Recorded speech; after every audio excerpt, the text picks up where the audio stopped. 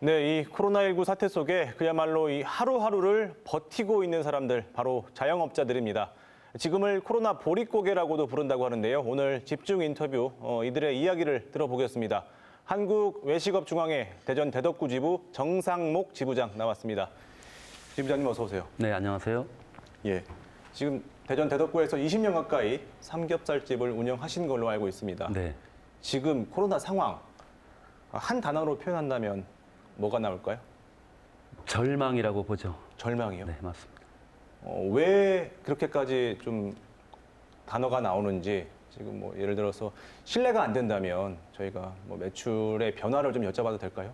네, 말씀드릴 수 있습니다. 예. 작년 같은 달 대비 예. 거의 10분의 1로 매출이 급감을 했고요. 실제 수치로 보면 평균 월 1매출 150, 200 정도의 매출이 지금은 뭐 15만 원, 20만 원으로 뚝 떨어졌으니까 예. 거의 10분의 1로 줄었다고 봐도 과언이 아닐 겁니다.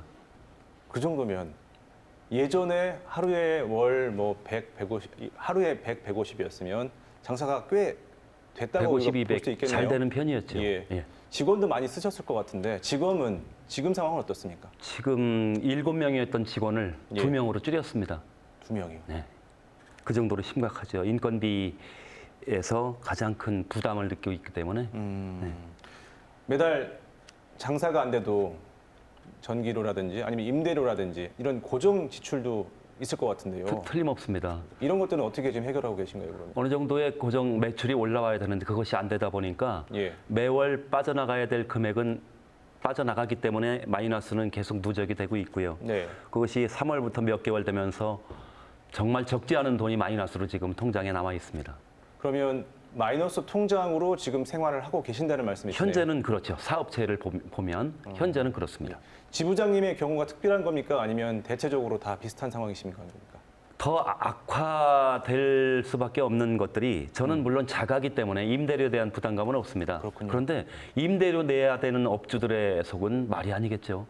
절망적일 겁니다. 임대료를 내지 못하신 분들도 주변에 많이 계세요. 임대료뿐만이 아니고 직원들 인건비마저도 예. 큰 부담으로 다가오죠. 다음 질문인데요. 식당 방역에도 어려움이 있다고 제가 들었어요. 어떤 어려움입니까? 코로나 환자가 다녀간 곳에 예. 비말이 떨어지면 그것을 닦아내야 된다고 하니까 예. 손님이 올 때마다 뿌리고 닦는 일을 반복을 해야 되고요. 예. 또 나가실 때 손잡이 또는 화장실까지 일일이 다 닦아야 되기 때문에 정부의 시책대로 방역에 최대한 노력을 하고 있지만 예. 저희 자체에서도 사실 쉽지 않은 입장입니다. 다 그런 돈은 방역 비용은 다 자비로 충당하시는 겁니까? 지자체에서 이제 살균제 또는 소독제를 무상으로 나눠주기도 하고요. 예. 마스크도 물론 지원을 해주고는 있지만 예. 결국 업주가 자기가 노력해서 부족한 걸 사다가 자기가 자기 업소를 관리를 해야 되기 때문에 보호 차원에서는 적지 않은 돈이 들어간다고 볼 수 있습니다. 그렇군요. 오늘 정부가 자영업자와 소상공인에게 100에서 최대 200만 원까지를 현금으로 지급하는 방안을 내놨습니다. 일단 이 방안에 대해서 어떻게 평가를 하십니까? 일단 환영합니다. 지금은 어떠한 돈이든 있으면 쓸 곳이 너무나 많기 때문에 예. 주신다고 하는 것에 대해서는 대환영입니다. 다만 우려되는 것은 예. 골고루 형평에 맞춰서 분배가 됐으면 좋겠다. 이런 욕심이 있습니다. 골고루란 말씀은 전 국민을 대상으로 말씀하시는 건가요? 아니면 소상공인 중에도 크고 작고 업소의 규모가 있지 않겠습니까? 예. 또는 매출의 차이도 있을 것이고 거기에 연하지 않고 전 국민에게 똑같이 분배될 수 있는 어느 한쪽도 기울어지지 않는 누구나 많이 받았다 못 받았다 이런 말이 나오지 않도록 형평에 맞춰서 나눠줄 수 있는 방법이 좀 됐으면 좋겠어요. 저는 문득 이런 의문도 듭니다.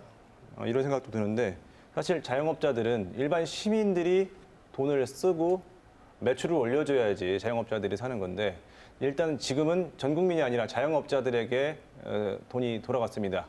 여기에 대해서는 어떻게 보십니까? 자영업자의 숨통을 트일 수 있다는 부분에서는 그 돈을 받아서 임대료도 줄 수 있고요. 또는 밀린 직원의 월급도 줄 수 있기 때문에 한시름 놓는다고 보는데 이것이 언제까지 지속되리라는 확신은 없죠. 다만 지금 너무 절망이다 보니 예. 우선은 그렇게 헤쳐나갈 수 있는 돌파구 정도는 될 수 있지 않겠는가 그런 생각이 그 듭니다. 정도다. 네. 방금 임대료 말씀하셨는데 주변에 임대료를 못 내서 밀리신 분들도 좀 계실 것 같아요. 그럼요. 그분들은 이 지원금이 고스란히 그 임대업자에게 들어가는 구조가 될 수도 있겠습니다. 아, 당연히 그럴 가능성이 있다고 봐야죠. 그분들이 절실함은 그렇게 하지 못하면 어쨌든 보증금에서 예, 예. 임대료가 까질 거기 때문에 예. 자기 돈을 거기에 먼저 아마 갚느라고 사용이 되지 않을까 싶습니다. 추가 지원이 필요하다고 보시나요?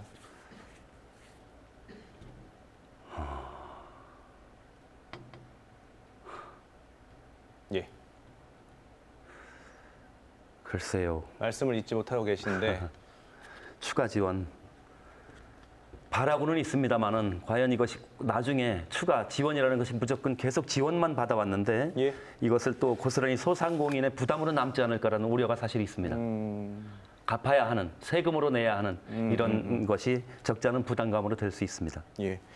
끝으로 정부에게 마지막으로 하시고 싶은 말씀 있으시면 짧게 좀 부탁드리겠습니다. 예, 코로나의 온상이 예. 음식점인 것처럼 비춰지는 것에 사실은 약간의 불만이 있고요. 또 식당 업주들에게 무조건 강요만 할 것이 아니라 예. 뭔가 정부에서도 지자체별로 방역 소독을 대대적으로 같이 한꺼번에 좀 모든 식당을 가면서 같이 한번 해준다거나 이런 것을 좀 협동해서 협조하에 같이 이루어졌으면 좋겠다 이런 생각이 좀 들고요. 예. 또 음식점에 가면 코로나 걸린다라는 의식 좀 나오지 않도록 예. 가서 먹을 건 먹고 쓸 건 쓸 수 있는 그런 어떤 용기가 필요하지 않나 이런 생각도 듭니다. 예. 저희도 빨리 이 상황이 끝나서 식당에 가서 식사를 했으면 좋겠습니다. 오늘 말씀 여기까지 듣겠습니다. 고맙습니다. 네, 고맙습니다.